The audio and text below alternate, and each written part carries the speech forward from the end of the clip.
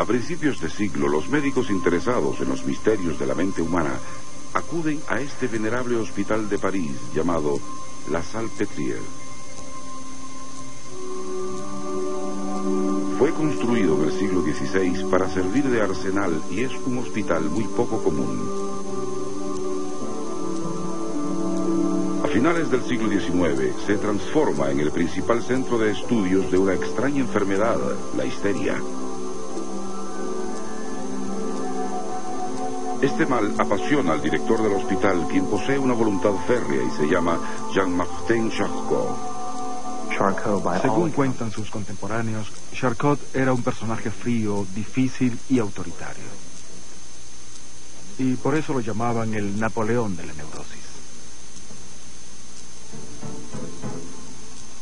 En la Salpêtrière había una enorme cantidad de pacientes que sufría de lo que se consideraba una de las afecciones más lúgubres de la época, la histeria.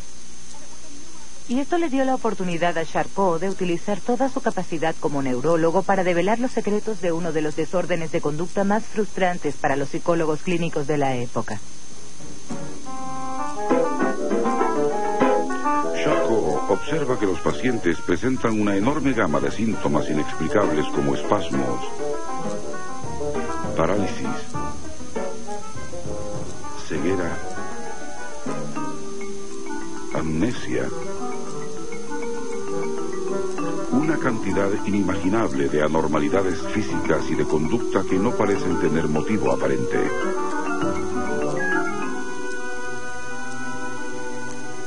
En la cúspide de su carrera, Charcot dedica toda su atención a la histeria, seguro de poder averiguar su causa.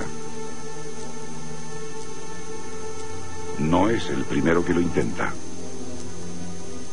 Los griegos creían que la histeria era causada por el útero y que este era un órgano móvil, una especie de pelota de goma que se desplazaba dentro del cuerpo. Esta podía estar el lunes en el cuello, el martes en la muñeca y el miércoles en el estómago. Y este útero causaba síntomas en el lugar donde se detenía. Solían llamar a este órgano la matriz errante. Muchos siglos después, cuando Charcot estudia medicina, aún se considera que la histeria está relacionada con la sexualidad femenina. Se piensa que la constitución de la mujer la convierte en un ser muy vulnerable a este mal. Uno de los colegas de Charcot afirma, después de todo, ¿cómo va a sufrir el hombre de histeria? No tiene útero. Muchos médicos de la época creían que la histeria no era una verdadera enfermedad. La consideraban una conducta artificial o simulada. O cuando aparecía en las mujeres en forma de promiscuidad sexual, lo consideraban un mal digno de desprecio. Sin embargo, Charcot propuso a lo largo de toda su carrera que la histeria debía estudiarse científicamente.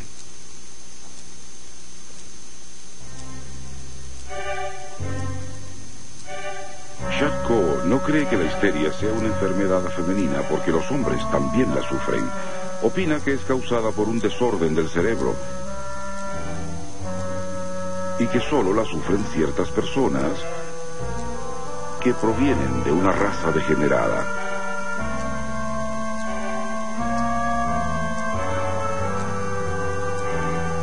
Afirma que el mal se transmite de generación en generación. Sin embargo, Charcot no se preocupa cuando no encuentra síntomas de histeria en la familia de sus pacientes. Charcot decidió tomar toda esa gran cantidad de síntomas amorfos llamados histeria, que habían frustrado tanto a los médicos de los principales hospitales durante muchos siglos, y lo sustituyó por un elegante modelo neurofisiológico sobre su etiología y su evolución. Lo que pensaba hacer era analizar la histeria y revelar sus leyes.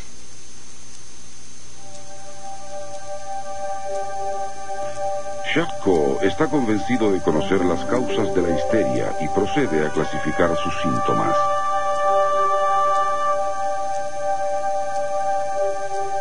dibuja todos los movimientos de sus pacientes con vívidos detalles.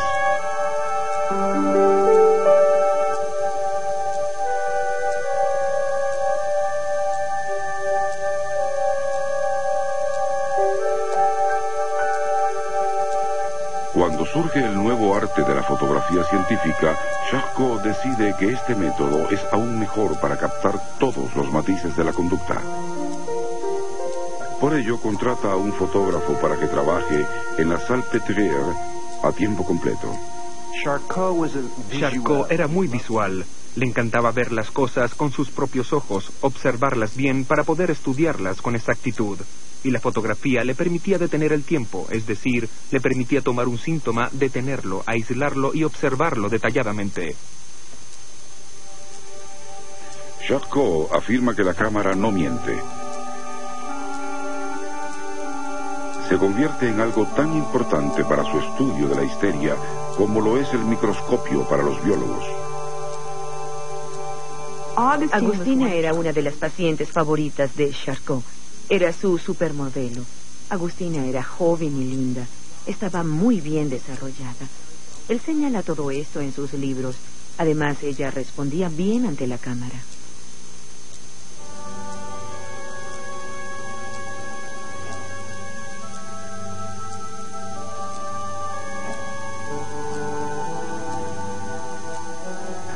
Charcot tomó unas 10.000 fotografías de sus pacientes.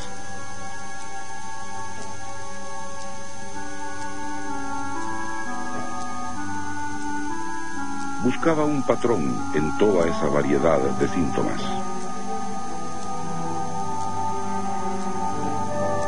Resulta curioso que los síntomas parecían revelar la cultura de la época.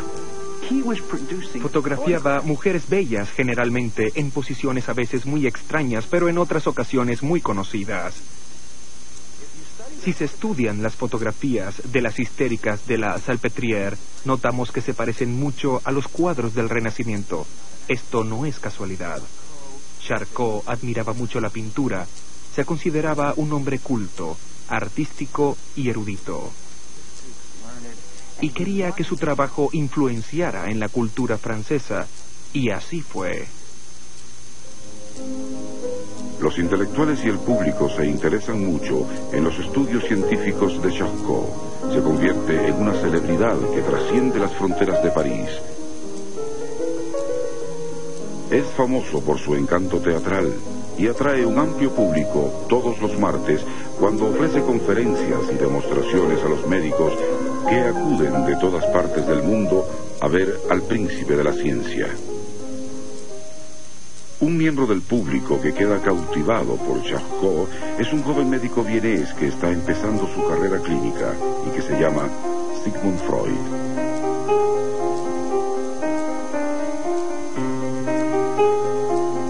Freud ha estudiado neurología en los mejores laboratorios de Europa, examinando el cerebro de las anguilas, los peces y finalmente los seres humanos. Estudia con Charcot en París y queda fascinado por los pacientes de la Salpêtrière. Pero las teorías de su mentor sobre lesiones cerebrales no terminan de convencerlo. Los pacientes que tienen las manos paralizadas pueden mover los brazos. Los que tienen los pies paralizados mueven las piernas. Estos movimientos serían totalmente imposibles si la parálisis fuera causada por un trastorno cerebral. Los síntomas de la histeria no seguían la lógica de la biología. Más bien tenían una especie de lógica popular sobre la cual debería ser el motivo de la parálisis. Las dudas de Freud aumentan cuando las distintas autopsias de los pacientes con histeria no logran revelar nada. La teoría de la lesión cerebral no llega a materializarse. Pero quizás lo que más inquieta a Freud es algo que le afecta más directamente. Muchos europeos, desde el hombre de la calle hasta la élite de los médicos, comparten la teoría de Charcot de que ciertas personas tienen mayor tendencia a la locura. Es la gente que proviene de razas débiles con sangre degenerada.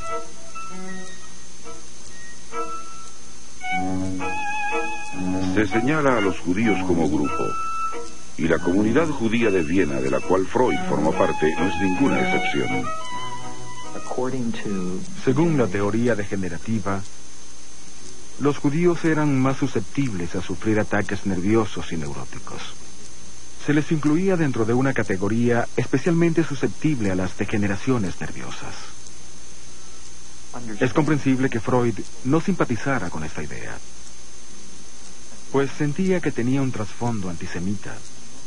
Es muy posible que este factor personal lo llevara a descartar la sabiduría científica reconocida de la época. Por ello, Freud concluye que sus colegas no han logrado explicar los trastornos mentales. Se han concentrado en el organismo físico, ignorando las complejidades de la mente. Freud opina que para hallar la verdadera causa de la histeria hace falta un enfoque radicalmente nuevo, el cual decide poner en práctica en su consultorio privado de Viena. Se propone no solo explicar las causas de la histeria, sino proponer la primera teoría estrictamente psicológica de este siglo sobre la conducta humana. La primera pista se la proporciona su colega, el neurólogo Joseph Breuer, y su paciente Berta Pappenheim, a la cual se refiere como Anao. Ella tenía dificultades para dormir, tenía pesadillas. Le resultaba imposible tomar agua y, en las fases más agudas de su trastorno, no podía hablar en su idioma natal, el alemán.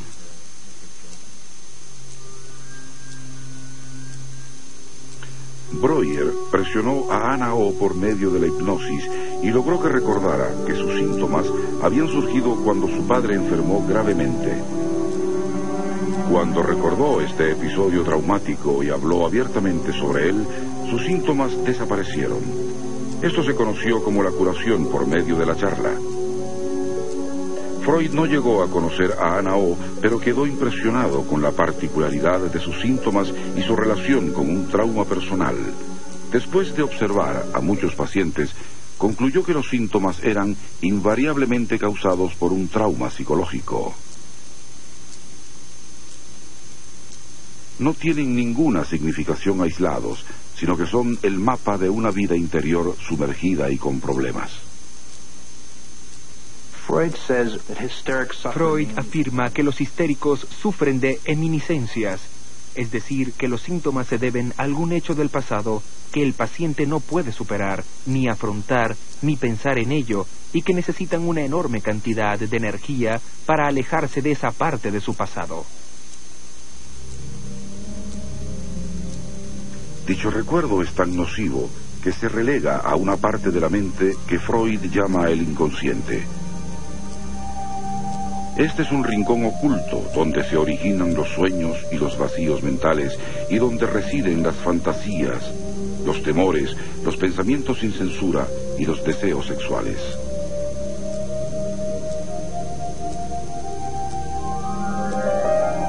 Freud cree que en el inconsciente se originan todos los traumas emocionales. Partiendo de la teoría del inconsciente, Freud desarrolla el psicoanálisis, una nueva teoría sobre la mente y las técnicas para llegar a ella. Una teoría que muchos no aceptan. No se puede observar ni analizar el inconsciente. No se puede observar en el microscopio ni cortar con escalpelo.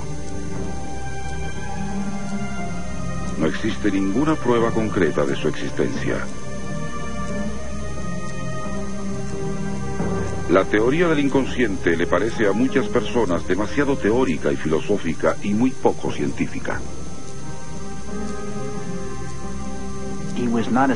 Freud no era un buen teórico en sus primeros años. Sin embargo, su trabajo atrajo el interés de un grupo fiel de acólitos que Freud utilizó para desarrollar el movimiento psicoanalítico, el cual lamentablemente se parecía en muchos aspectos a una iglesia o secta en sus primeros años. Sus miembros tenían que creer en los conceptos básicos del psicoanálisis para que los consideraran fieles acólitos. En 1914, el grupo de seguidores de Freud aún era relativamente pequeño, pero eso estaba por cambiar. Los acontecimientos políticos lanzan sus teorías psicológicas al escenario mundial, que se convierte en un brutal laboratorio viviente de las teorías de Freud. Continuamos con El siglo de los descubrimientos.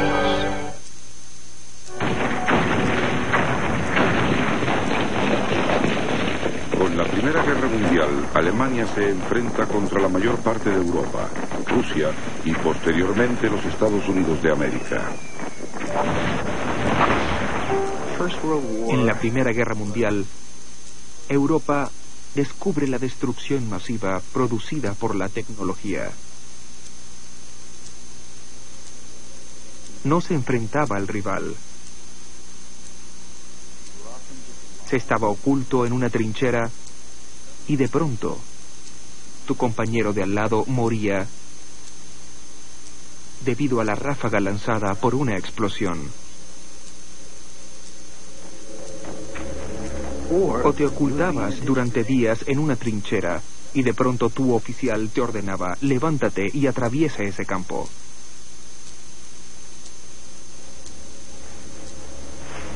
La guerra dura mucho más de lo previsto. Los días se convierten en meses y los meses en años.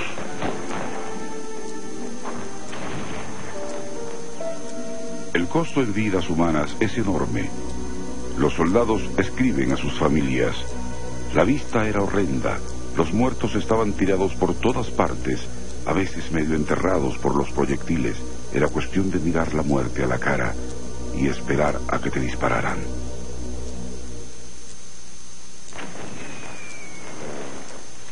A principios de la guerra, un psicólogo inglés llamado Charles Myers, destinado al frente, observa que los soldados salen de las trincheras con síntomas misteriosos. Opina que estos son causados por una sustancia química o un gas venenoso que se examinan sin resultados positivos. Los médicos observan que los soldados sufren temblores inexplicables, que algunos se vuelven ciegos o sordos de la noche a la mañana, otros mudos, paralíticos o gritan. Myers cree que esta conducta se relaciona de algún modo con los proyectiles que explotan y la llama trauma de guerra. Pero muchos soldados que aún no han ido al frente sufren de síntomas similares. El trauma de guerra se parecía mucho a los síntomas de la histeria. Eso era vergonzoso, pues se trataba de un mal que aquejaba a las mujeres. Aunque en el siglo XIX algunas teorías demostraban que los hombres también podían sufrir de histeria, se creía que las mujeres eran las que más sufrían de trastornos psíquicos. La ciencia era sexista y hasta misógina.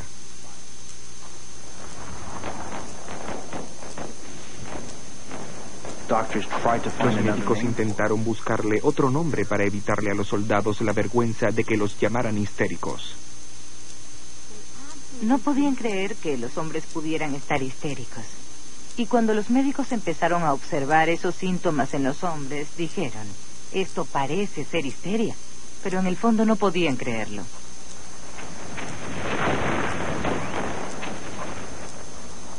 Se recurrió a una serie de apelativos para describir la histeria masculina: neurosis de guerra, neurosis por estar enterrado vivo, crisis del soldado.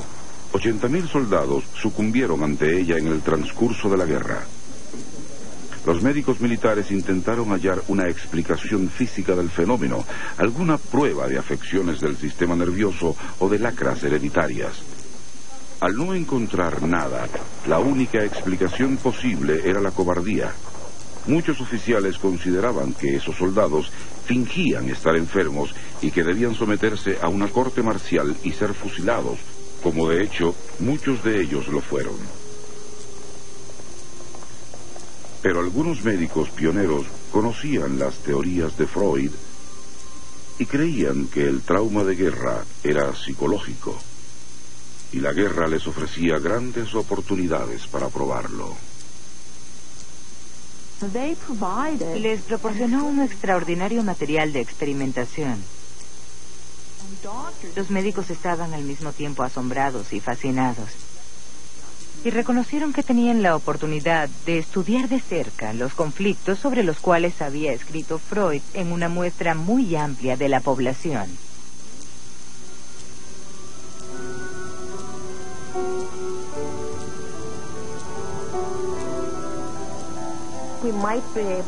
Nosotros podemos comprender lo que les sucedía psicológicamente a esos jóvenes de las trincheras, lo que les causaba esos síntomas. Todo tu cuerpo te grita, sal de ahí, sálvate. Y tu entrenamiento te ordena, tienes que quedarte en la trinchera y defender a tu país. El conflicto es tan insoportable que, como dicen los psicoanalistas, el organismo se escapa hacia la enfermedad.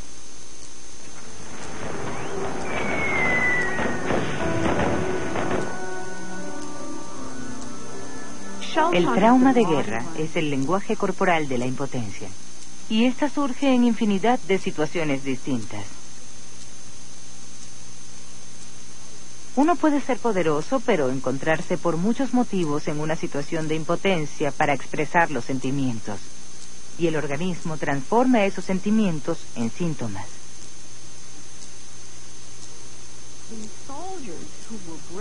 Los soldados valientes y patriotas se vieron enfrentados al temor, la ansiedad, la tristeza, la soledad, la desorientación.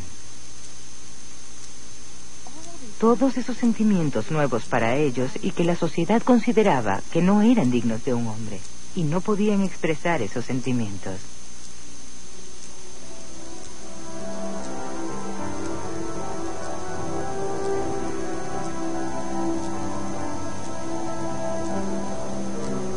Los médicos intentan muchos métodos, desde choques eléctricos primitivos hasta la terapia de la conversación, para que el soldado recupere su ánimo y regrese al frente. Para miles de soldados como estos, la conversación es lo único que funciona cuando todo lo demás falla. Es lo único que puede salvarlos. Muchos soldados paralizados por el miedo se curan de ese modo. Eso demostró en gran escala que los factores emocionales y ambientales eran muy importantes para determinar nuestro estado mental.